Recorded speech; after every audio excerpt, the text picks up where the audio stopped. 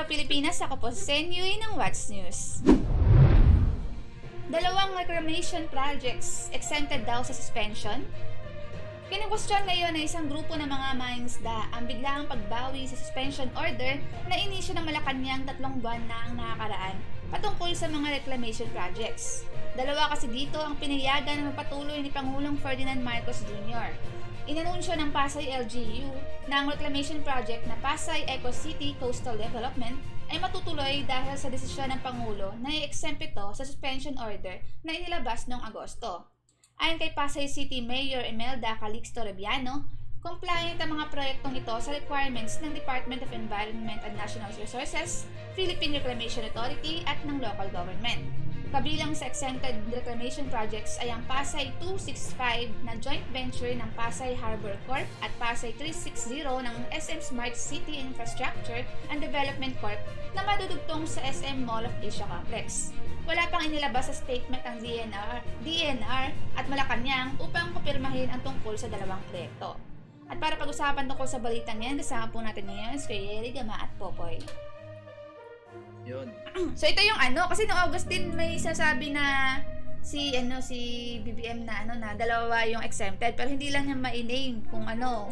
Kasi di rin niya alam. Dahil sa hindi siya nag-name drop, yung maraming reclamation project ang nagpatuloy, hindi sinuspend yung nila kasi wala daw binanggit, umaasa daw sila. Walang specific. Oh, umaasa daw sila na sila yung exempted. So hindi pa nila in-stop ng time na yon.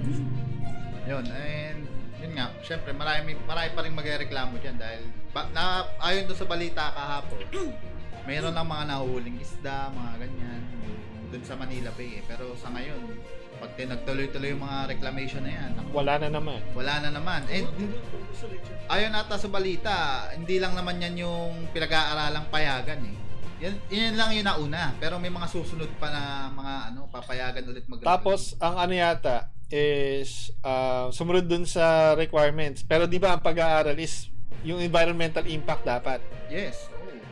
So, kaya nga in 3 months na-repasan. Sige, pwede naman po kasi sumunod naman pala kayo sa tamang proseso sa requirements. Pero yung core issue bakit siya kailangan pag-aralan is yung environmental impact dahil the previous months nung nagbabagyo, may mga lumulubog na parte ng Maynila at karating probinsya like dito sa atin sa Bulacan na severe ang damages, hindi lang sa agri kundi pati sa sa mga bahay, di ba?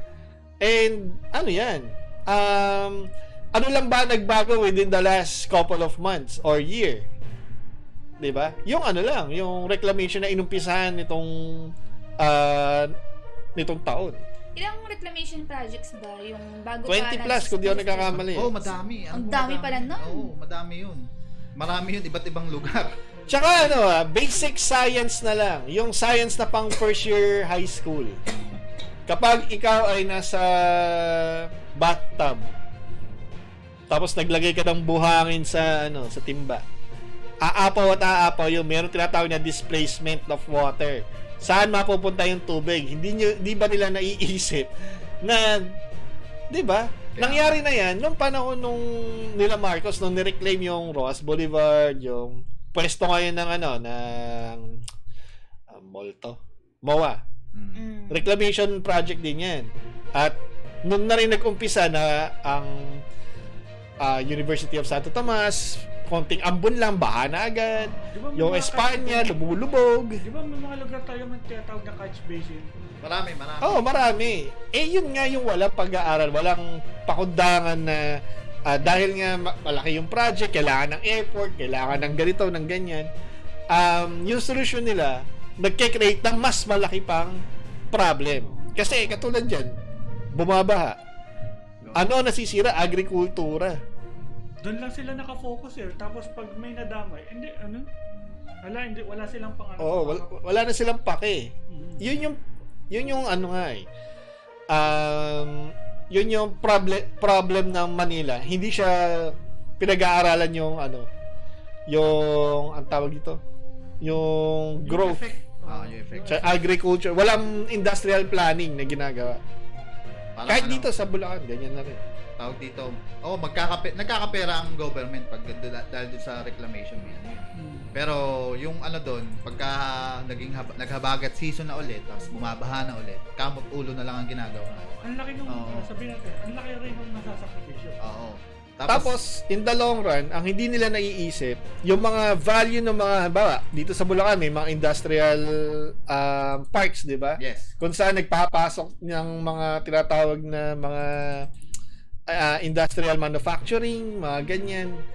Pero biglang binabaha yung location mo. Sa palagay mo, ano mangyayari dun sa value ng lupa, value ng industrial parks mo? Biglang bababa at walang mamumuhunan dyan. So, pababa. Sakto na lang, sa may madalas yung pagbaha sa lugar. Yun nga, ang hirap pa namang laging binabaha. Oo. Tsaka dapat hindi na yung tingin natin sa, okay, meron tayong problem, ang solusyon, napaka tip of the iceberg lang yung tinitingnan. Okay, wala tayong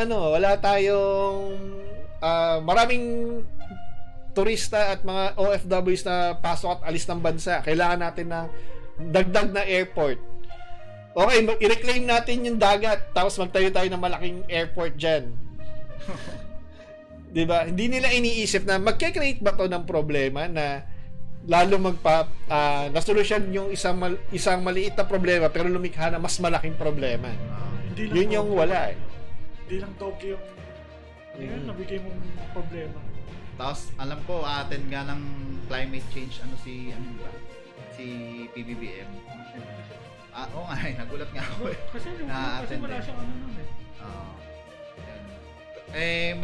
Meron siyang binigay na na survival funds ata. Na ganun. So, lagi na lang bang ganun, magbibigay na lang siya ng survival funds. Tapos, Hindi niya susolusyonan kung bakit nagkakaroon at kakailanganin yung survival funds. Parang nag-iwan ka ng pera, tapos bahala na kayo. Oo. Hindi, yung pagka nangyari na kasi yun, yung baha, tsaka palang mabibigay yung mga yung mga relief goods, yun nga, sa survival funds na yun. Tapos kanya-kanya na kayong coverage dun sa sa Yun nga, paano mo susolusyonan yung na yun? Yun lang ba yung pinakasolusyon nun? Bibigyan ko ng relief pag bumaha dyan? Hindi, dapat yung baha yung solusyonan mo. And bago mangyari. Dapat yung baha yung solusyonan mo, hindi yung pagkatapos ng baha, tsaka ka magbibigay ng solusyon. Hindi lang yun. Huwag kang lumikha ng proyekto na papatong doon sa existing mong problema sa baha. Kaya nga eh. Pero hindi lang baha yan ha. Halimbawa, meron tayong problema sa food security. Yes. Again, isang factor yung dating yung mga bagyo, binabaha yung mga pananim, nasisira. Isang factor yun. Ilang mga bayan na nawawala sa mapa. Like for example, sa Bulacan, nawawala na Kalumpit at Hagunoy. So, ibig sabihin, yung mga municipality na yan, humihina ang yung value ng municipality. So, syempre, lumiliit din yung funding na nalilikha nila. So, yung income generation ng bayan, humihina din. Diba? And then, yung kabuhayan, apektado din dahil sa mga reclamation. Halimbawa, yung mga mangingisda. Tapos, mag-iisip kayo ngayon ng mga livelihood programs na popondohan nyo, imbes na palaguin nyo yung existing na ito na yung alam ng mga tao eh. Hindi nyo na kailangan silang turuan kung paano mangisda kasi yun na yung pangunahing hanap buhay nila. Why not suportahan sila, tulungan na magkaroon ng mas malalaking bangka na mas resilient, yung kaya yung mga malalaking ani. Oo. Hindi yung okay, tayo ng magre-reclaim tayo tapos wala kayong pagkain, problema na naman yan. Wala kayong trabaho, problema na naman yan. Kayo yung lumikha ng problema. Bakit nawalan sila ng hanap buhay in the first place? Nawalan din sila ng lugar kung saan titirahan dahil nga nawawala na sa mapa yung ibang bayan. Kayo din ang lumikha. Ba't wala silang hanap buhay? Diba? Oh. Tapos parang aping-api ang pamahalaan. Lahat na lang inaasa nyo sa amin. Kasi kayo yung lumilika ng problema. Ano yun yung nasa balita ako? Bubuli kami. Hindi naman yun yung problema. Ay, nako. Kaya please lang, doon sa mga tao, sakali meron ng makakapanood ito lalo na sa future, wag yung wag yung mababaw na level lang yung pag-iisip na ng mga liderato yung pipiliin natin kasi minsan akala nyo matalino pero bugok. Yun.